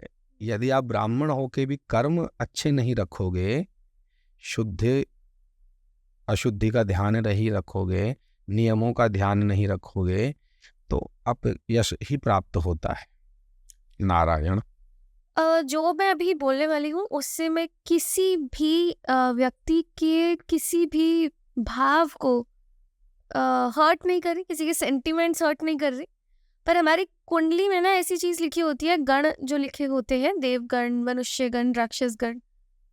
आपने जैसे बताया कि एक ब्राह्मण अगर राक्षस है तो वो अपने ब्राह्मण के धर्म से भी विपरीत तरीके से एक्ट करता है, जिसका हाँ दुष्परिणामों से भोगना पड़ता है। पर अगर मैं बात करूँ हमारी, इसको थोड़ा सा हमारी डेली लाइफ के, आज की हमारी ज़िंदगी से अगर रिलेट करूँ, तो क्या आज के टाइम पे जो हमारे को ये गण मिलते हैं, हमारी कुंडलियों में लिखे हुए देवगण, मनुष्यगण, राक्षसगण, क्या इसका कुछ भी स्वभाव हम अपने अंदर देख सकते हैं, या क्या इसकी एक डिफरेंस हमारे एक इंसान में देख सकते हैं? देखिए, अच्छा प्रश्न है। प्रत्येक मनुष्य में और प्रत्येक जीव में, प्राणी मात्र भी कह सकते हैं, सब में जो गुण होते हैं, तामसिक गुण, राजसी गुण, सात्विक गुण, ये विद्यमान रहते हैं। किंतु क्या होता है, किसी की वर्ण व्यवस्था के अनुसार, ये जैसे कोई ब्राह्मण हुआ, अब उसमें जो ब्राह्मण होगा उसमें सत्व गुण यदि ज़्यादा हो जाता है, सत्व गुण की प्रधानता हो जाती है, तो पूर्ण रूप से वो ब्राह्मण रहता है। ब्राह्मण जाति से ब्राह्मण, जन्म से ब्राह्मण और कर्म से भी ब्राह्मण हो जाता है, तो उसको ब्राह्मण की संज्ञा दी गई है, शिव पुराण में बताया गया है। ब्राह्मण के घर में जन्म लेकर यदि वो कार्य क्षत्रिय का करता है तो उसको ब्राह्मण क्षत्रिय कहा गया है। ब्राह्मण के घर में जन्म लेकर यदि ब्राह्मण वैश्य का कार्य करता है, व्यापार इत्यादि करता है, कर लेता है या ऐसा कुछ करता है, तो उसको वैश्य ब्राह्मण की संज्ञा दी गई है। ब्राह्मण घर में जन्म लेकर शूद्र का कार्य करता है, शूद्र जैसा व्यवहार करता है या कार्य करता है, तो उसको ब्राह्मण शूद्र की संज्ञा दी गई है, रहेगा ब्राह्मण। किंतु उसके जो विभाग हैं, जो कर्म के अनुसार बताए गए हैं वो इस प्रकार से बताए गए हैं। अब आप कह रहे हैं कि क्या एक ब्राह्मण में भी राक्षसी वृत्ति हो सकती है कुंडली के आधार पर या गण के आधार पर, जो हम देखते हैं भाई ब्राह्मण गण है, देव गण है, ऐसा ऐसा, तो उसका ये सीधा सीधा अर्थ ये नहीं है कि किसी का जैसे राक्षस वाला गण है तो वो देव बन सकता है या वो राक्षसों की तरह ही बर्ताव करेगा, उसमें ऐसा नहीं कह सकते हैं। वो गण होता है, गण का उसमें अर्थ होता है उसमें बल किस प्रकार का रहेगा, उसमें जो बल है वो किस प्रकार का रहेगा। हो सकता है स्वभाव भी राक्षसी जैसा हो जाए, किंतु ऐसे ऐसे लोग भी हैं जिनका गण राक्षस का है लेकिन उनके जो स्वभाव हैं वो देवताओं के, अच्छे मनुष्यों के जैसे हैं। तो कुंडली क्या है कि प्रारब्ध पे अतिक्रमण नहीं कर सकती है, एक सिद्धांत है। कुंडली प्रारब्ध पर अतिक्रमण नहीं कर सकती है। प्रारब्ध यानी पूर्व जन्म में किए हुए शुभ अशुभ कर्म, उनका जो भोग भोगना है, उन पर कुंडली अतिक्रमण नहीं कर सकती है। आप देखते होंगे कईयों के कुंडली में ऐसे ऐसे योग रहते हैं कि ज्योतिषी देखकर बताता है कि आपकी कुंडली में तो सुख सुविधाओं के इनके योग हैं, किंतु वो कुंडली दिखाने वाला कहता है कि मैं तो बहुत ही दुखी हूँ, कष्ट में हूँ, निर्धन हूँ, बर्बाद आदमी हूँ। तो ये सब प्रारब्ध का खेल है।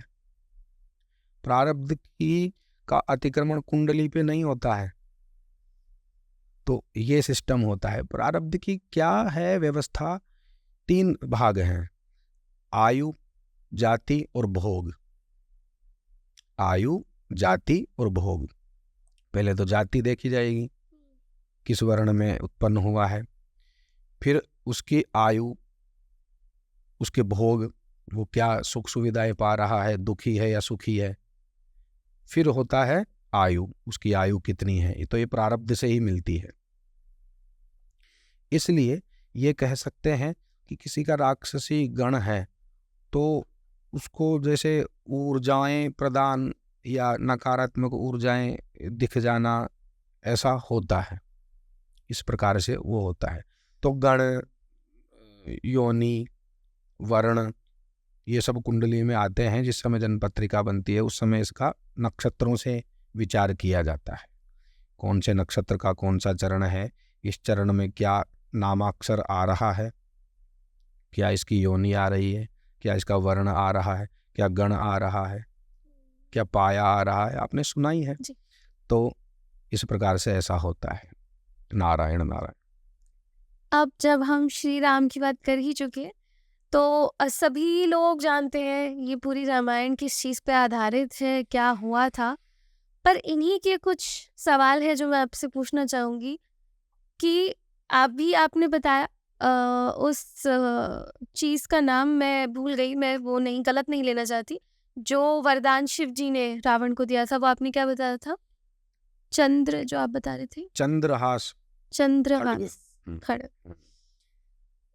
तो अगर इतना वरदान मिला शिव जी से तो फिर वो धनुष, जो शिव धनुष था, वो क्यों नहीं उठा पाए? देखिए, शिव धनुष था वो क्यों नहीं उठा पाए रावण। इसमें क्या होता है, जो प्रभु की लीलाएं होती है ना, उसमें प्रभु जैसा चाहते हैं वैसा ही होता है।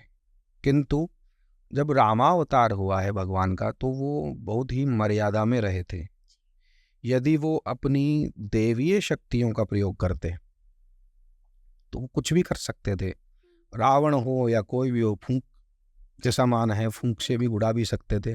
किंतु उन्होंने यही दर्शाया है और यही संकेत किया है कि मैं नर रूप में रहकर भी, एक पुरुष के रूप में रहकर भी शुरू से आचरण मैंने क्या रखे हैं, एक पुरुष के क्या आचरण होने चाहिए, वो राम जी ने बताए हैं। बचपन से वो ही विद्या प्राप्त करना, गुरुकुल में जाना, भगवान को गुरु की क्या आवश्यकता, किंतु उन्होंने ये बताया है कि भगवान को भी गुरु की आवश्यकता पड़ती है। अवतारों में रहना है, मनुष्य रूप में रहना। आजकल एक भ्रांति चल रही है ना कि नहीं नहीं, मेरे को तो गुरु की आवश्यकता ही नहीं है, मैं तो भगवान को ही गुरु इत्यादि। लेकिन भौतिक गुरु की आवश्यकता पड़ती है। भौतिक गुरु के बिना ज्ञान प्राप्त नहीं हो सकता है। आप भगवान को गुरु मान सकते हैं, बना सकते हैं, इसमें कोई दोष नहीं है, कोई निषेध नहीं है, किंतु भौतिक गुरु बनाना अति आवश्यक होता है। और तो राम जी ने यही दर्शाया है। अब रही बात जो धनुष की थी, रावण के पास यदि धर्म की शक्ति होती तो रावण आराम से धनुष को उठा सकता था। लेकिन रावण के पास अधर्म की शक्ति थी, अभिमान था। यदि मन में अभिमान नहीं होता, यदि वो उस समय शिव भगवान का ध्यान भी कर लेता, उस समय शिव भगवान का उन्होंने ध्यान नहीं किया, यदि शिव भगवान का ध्यान भी कर लेता तो धनुष आसानी से उठ जाता। वो धनुष धर्म का प्रतीक था, और धर्म के जो प्रतीक हैं उनको तो भगवान ही धारण कर सकते हैं, कोई विधर्मी धारण थोड़ी कर सकते हैं। इसलिए चलते हैं आज के सबसे मेन पार्ट पे, दशहरा। सबसे पहला और सबसे जरूरी प्रश्न, इसे विजयदशमी क्यों कहा जाता है? जी, इसको विजयादशमी इसलिए कहते हैं कि इस दिन अब मैं एक बहुत ही गुप्त रहस्य प्रकट करने वाला हूँ, जो आप भी सुनोगे और आपके जो दर्शक हैं वो भी यदि सुनेंगे तो थोड़े इसमें विवाद भी खड़े हो सकते हैं। कई लोग प्रमाण भी मान सकते हैं, और कई लोग जो चलती आ रही परंपराएं हैं उनसे भी वो थोड़े से रुष्ट हो सकते हैं, या मेरे से भी रुष्ट हो सकते हैं, मेरे पे भी क्रोध प्रकट कर सकते हैं, मेरे विरोध में भी आ सकते हैं। देखिए, मैं आपको बता दूं, विजयादशमी जो लोगों में प्रचलित है वो किस लिए है कि इस दिन श्री राम ने रावण का वध किया था। किंतु इस दिन श्री राम ने रावण का वध नहीं किया था। फिर इस दिन शस्त्रों की पूजन की थी भगवान श्री राम ने। इस दिन विजय यात्रा निकाली थी श्री राम ने। इस दिन माँ दुर्गा की, नव दुर्गाओं का पूजन किया था भगवान श्री राम ने, ऋषियों की आज्ञा से, आकाशवाणी के माध्यम से।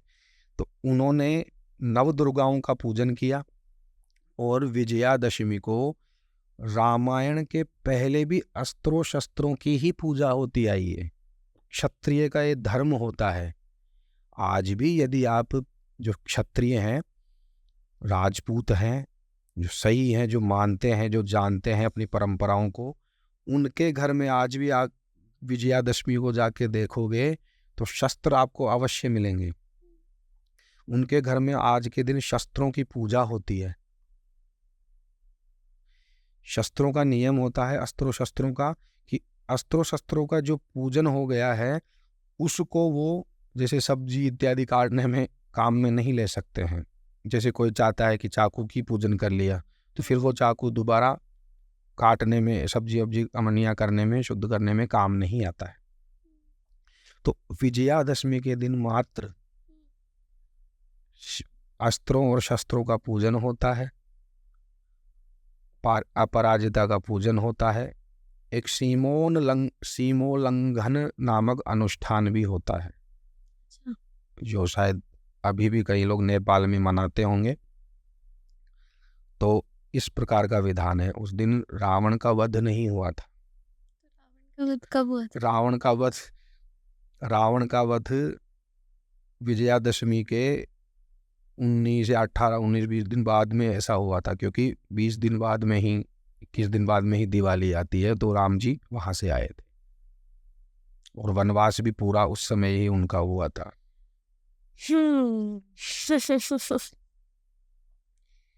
तो अगला प्रश्न यही कि तो ये मतलब एक सिर्फ मिथ है कि उस दिन हम रावण जलाते हैं?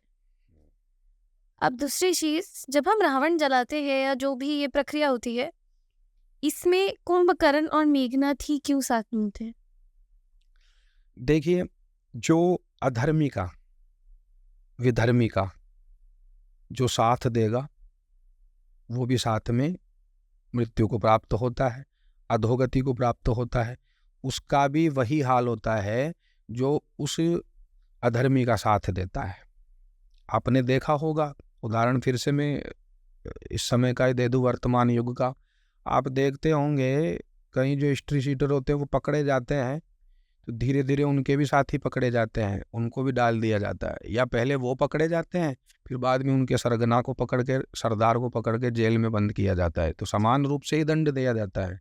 यदि आप किसी अपराधी को अपने घर में पनाह देते हैं, शरण देते हैं, तो इस समय कानून जो व्यवस्था है उसकी दृष्टि से भी आप दोषी हैं। यदि आप किसी अपराधी को देते हैं तो वो आप भी दोषी हैं। इसलिए इनको भी साथ में जलाया जाता है। तो क्योंकि इन्होंने भी साथ दिया था, हालांकि इन्होंने रावण को समझाया भी था, इनकी भी बुद्धि शुद्ध हो गई थी, किंतु रावण माना नहीं और साथ दिया। इसलिए तो धर्म क्या कहता है, रिश्तों को, नातों को त्याग दो यदि रिश्ते नाते धर्म मार्ग में आपकी बाधा बनते हैं।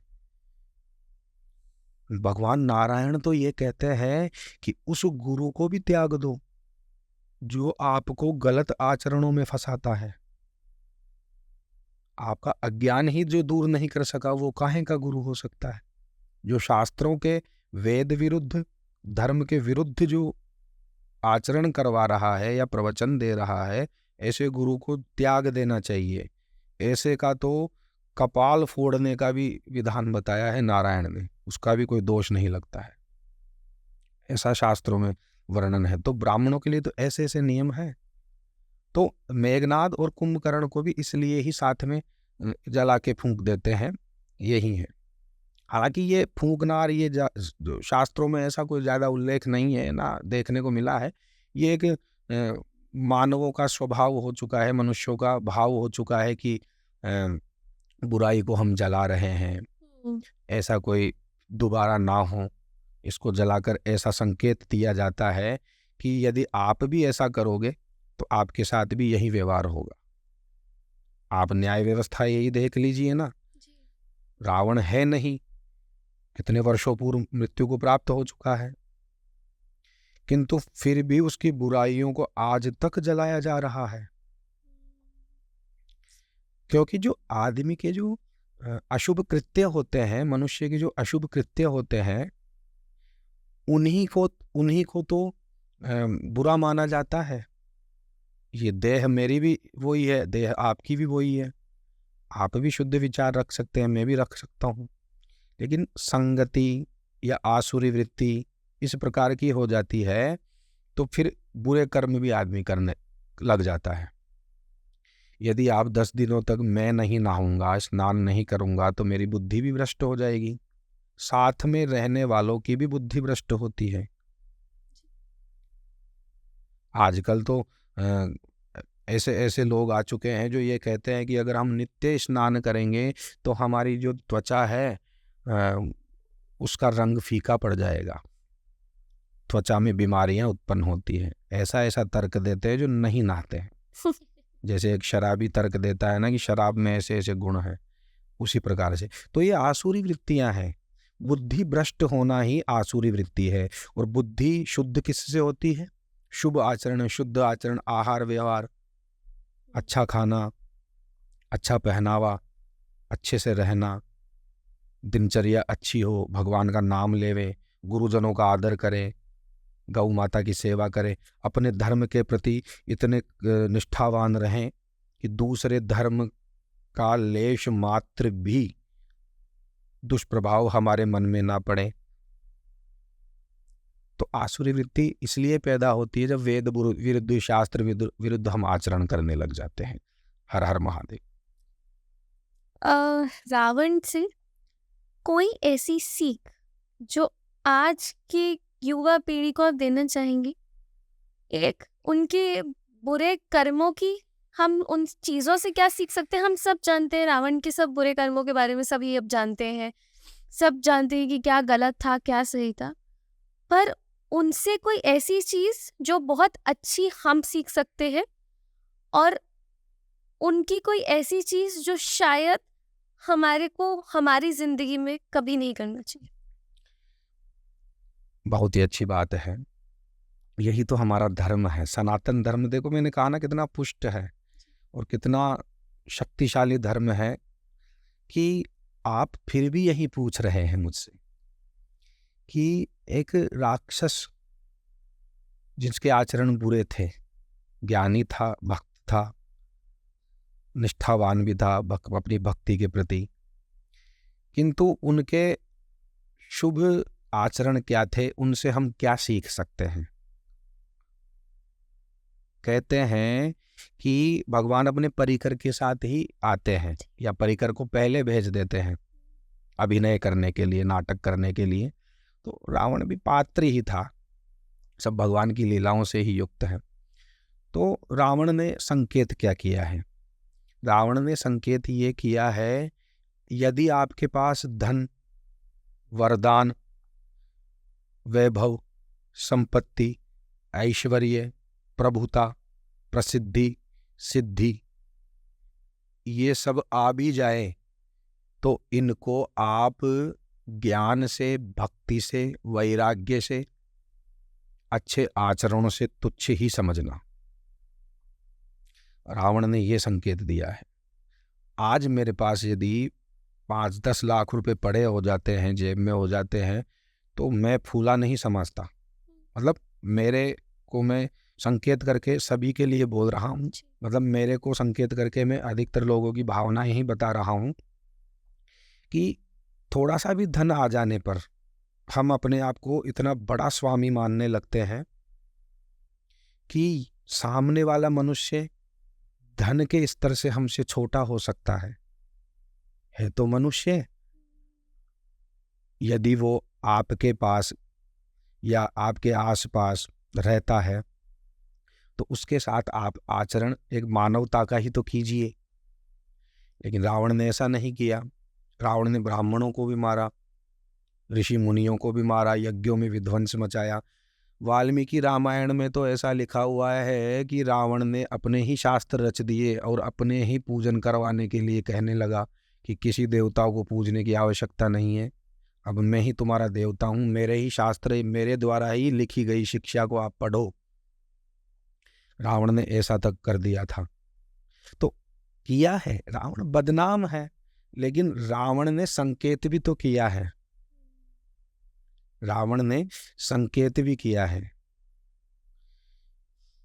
तो अब आप सुने होंगे, सुने क्या, मैंने एक बार एक पॉडकास्ट में उदाहरण दिया था कि अमरीश पुरी है, उनसे बड़ा फिल्मों में कोई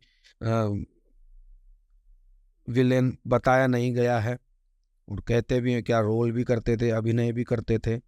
उसी प्रकार रावण ने किया है।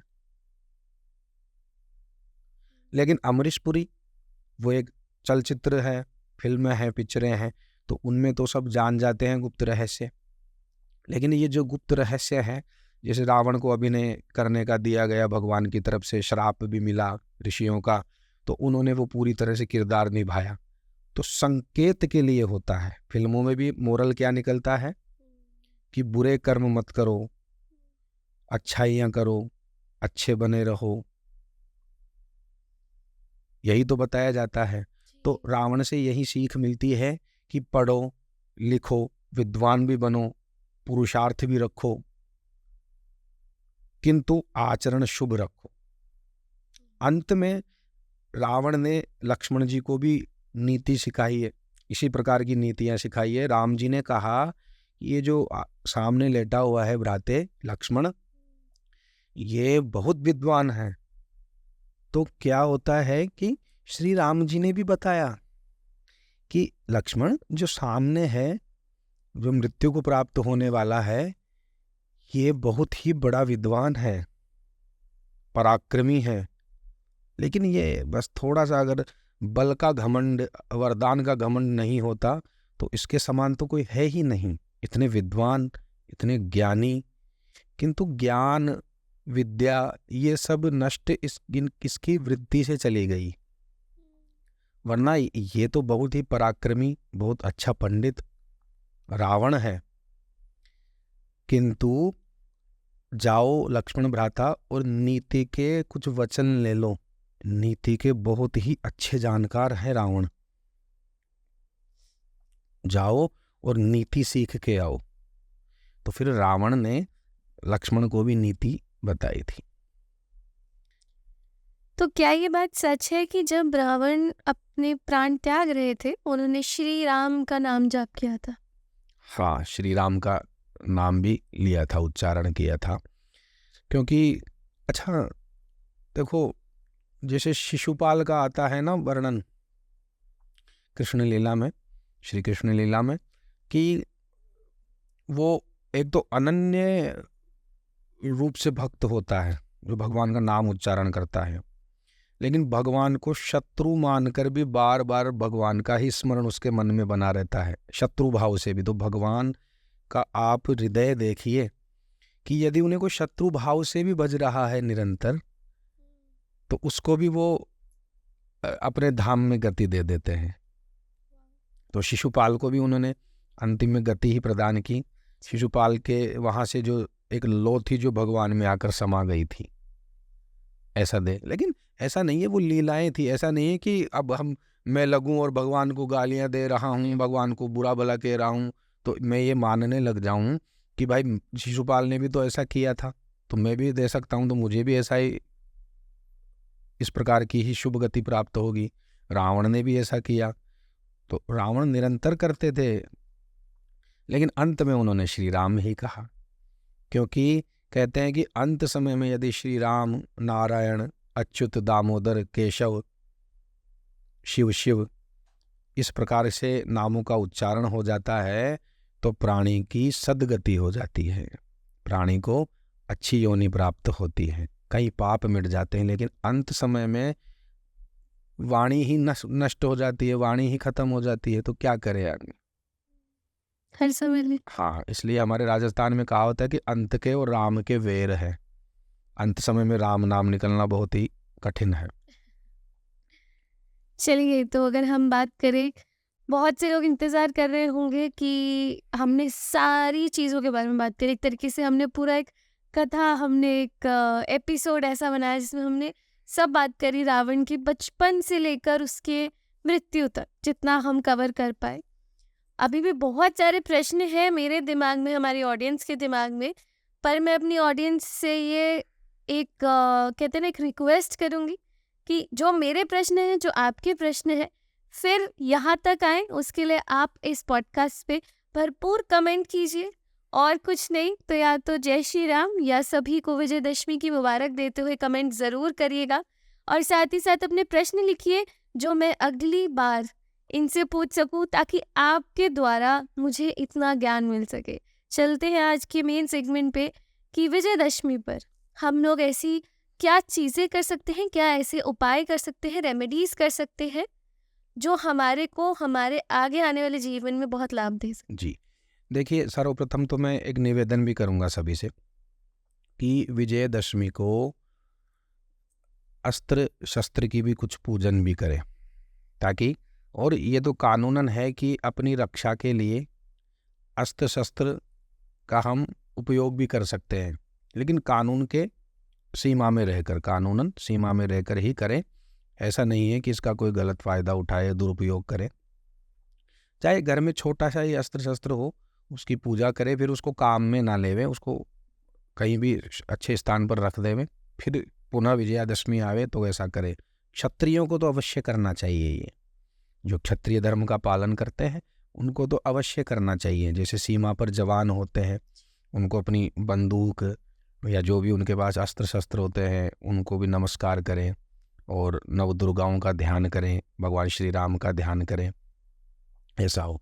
और एक मैं बड़ा ही गुप्त रहस्य आपको बताता हूँ कि विजयादशमी पर सबसे महत्वपूर्ण जो पूजन है वो करे शमी के वृक्ष का,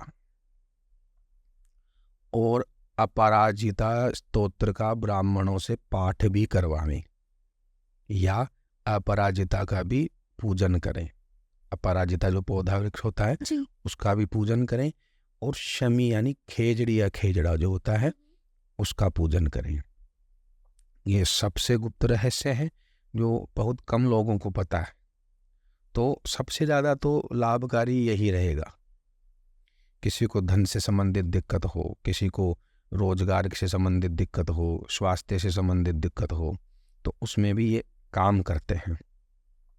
इसलिए इनका पूजन करें। और विजयादशमी पर भगवान श्री राम का तो पूजन करें ही, हनुमान जी का भी पूजन कर सकते हैं, नव दुर्गाओं का भी पूजन कर सकते हैं, या ब्राह्मणों के द्वारा नवचंडी अनुष्ठान भी कर सकते हैं, या दुर्गा सप्तशती का पाठ भी करवा सकते हैं। एक मैं इसमें थोड़ा सा ऐड करना चाहूँगा कि इस समय जो तिरुपति बालाजी पर जो प्रसाद में मिलावट का जो विवाद हुआ है, तो ब्राह्मणों ने, ऋषि मुनियों ने प्रायश्चित बताए हैं। तो विजयादशमी पर भी आप प्रायश्चित कर सकते हैं, या उससे पहले भी प्रायश्चित कर सकते हैं। विजयादशमी अच्छा दिन है, उस दिन भी प्रायश्चित कर सकते हैं।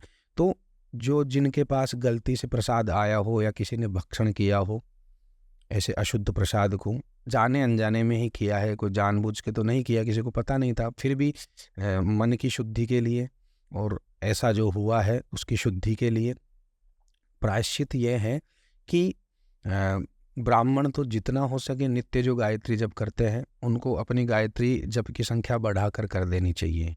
पंचगव्य को पीना चाहिए, देशी गाय से निर्मित, देशी गाय के दूध, दही, घी, गोबर और गोमूत्र, इनकी छोटी छोटी समान मात्रा में लेकर छान कर शुद्ध करके फिर उससे उसको पान करके मंत्र से फिर प्रायश्चित करना चाहिए।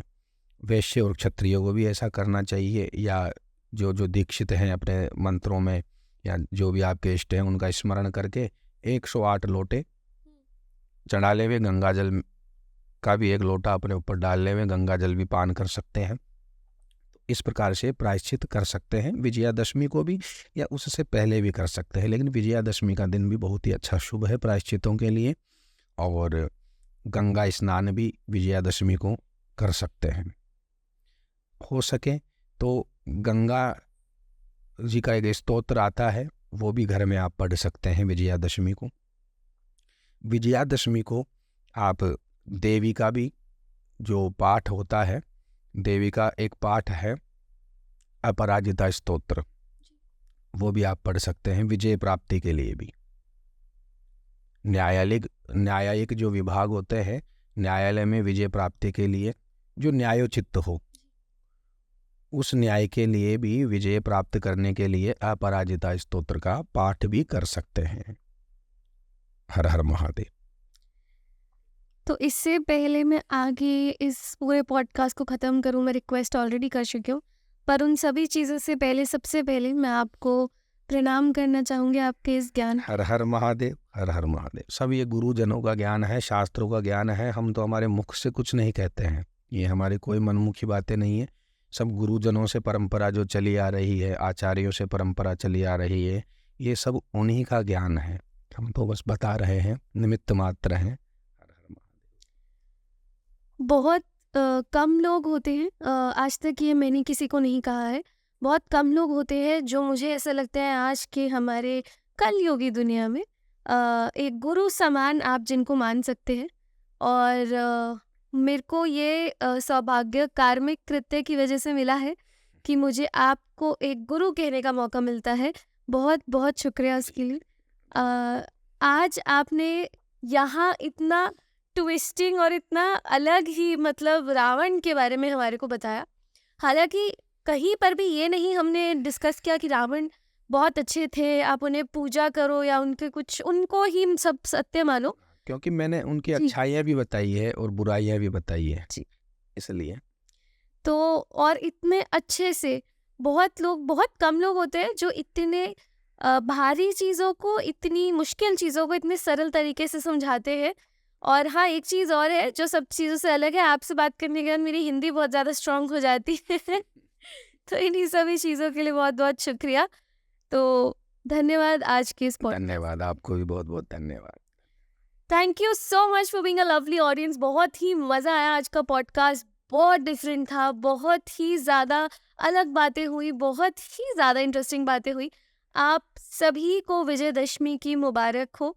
और मैं यही आप लोगों से एक प्रार्थना करनी चाहूँगी कि इस दिन आपको जो जो बताया गया वो ज़रूर करिए, आपकी ज़िंदगी में वो चेंजेस आपको दिखेंगे। और अल्टीमेटली एक बहुत ही प्यारी चीज़ मैंने पढ़ी थी, जो मैं चाहूँगी कि हमारे इस पॉडकास्ट के स्टार्ट में भी ये लाइन आए।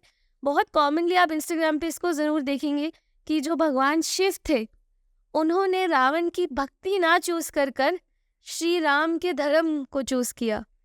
तो इससे बड़ी चीज़ और कुछ नहीं हो सकती कि शायद आपकी भक्ति भी, अगर आपके धर्म गलत है, अगर आप अपने धर्म के प्रति किसी भी तरीके की गलत भावना रखते हैं, तो आपकी भक्ति भी शायद आपको ना बचा पाए। जी, भक्ति तभी पुष्ट है जब ज्ञान और वैराग्य भी साथ में हो, वरना भक्ति को अपंग माना गया। और भगवान गीता में कहते हैं, श्रीमद् भगवद गीता में कहते हैं कि आरती, जिज्ञासु, अर्थार्थी और ज्ञानी, ये 4 प्रकार के, जो 3-4 प्रकार के भक्त हैं, उनमें मुझे सबसे ज़्यादा जो प्रिय भक्त लगता है वो ज्ञानी ही होता है, ऐसा भगवान ने कहा है। वाह! तो देखते हैं, अगर हम अपने धर्म के प्रति अगर एटलीस्ट ट्रुथफुल है, अपने धर्म के प्रति हम लोग एक अच्छी भावना रखते हैं, तो स्वयं भगवान शिव, आपके आराध्य, आपके जो भी इष्ट है, वो आपके साथ वैसे ही हमेशा है। इसी के साथ साथ बहुत बहुत शुक्रिया आज का ये पॉडकास्ट देखने के लिए। कमेंट्स कीजिए, मेरे दिमाग में बहुत सारे क्वेश्चंस हैं अभी भी। अभी तो हमने सबसे बड़ी चीज़, हमने शिव तांडव स्तोत्रम की बात नहीं करी। ये सभी चीज़ें आप लोगों के लिए मैंने सेव करके रखी है। कमेंट कीजिए, बताइए और किन किन टॉपिक्स पे आप मुझे देखना चाहते हैं हमारे कान्हा पंडित के साथ हमारे को। तो इसी के साथ साथ बहुत बहुत शुक्रिया, मिलते हैं आपसे अगले एपिसोड में। Thank you so much. कार्मिक कृत्य हमारे चैनल का नाम कार्मिक रहे, कर्म करते रहे। Thank you.